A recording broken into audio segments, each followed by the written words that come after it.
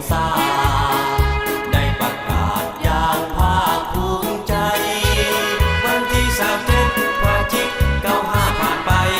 เป็นปรากฏการณ์ยิ่งใหญ่ให้แก่ปวงประชา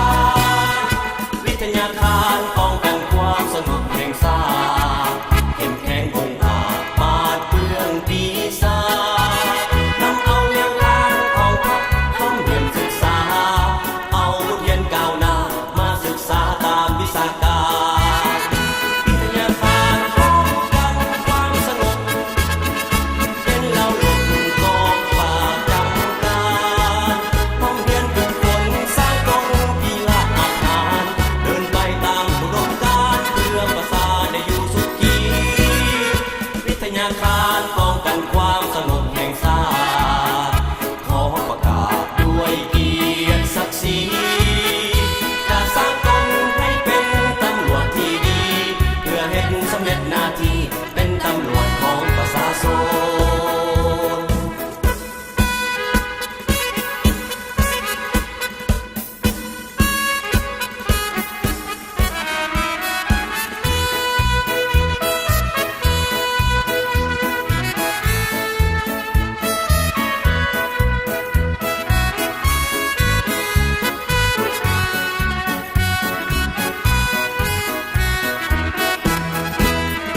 วิทยาคารป้องกันความสงบแห่งชาติได้ประกาศอย่างภาคภูมิใจวันที่27 พฤศจิ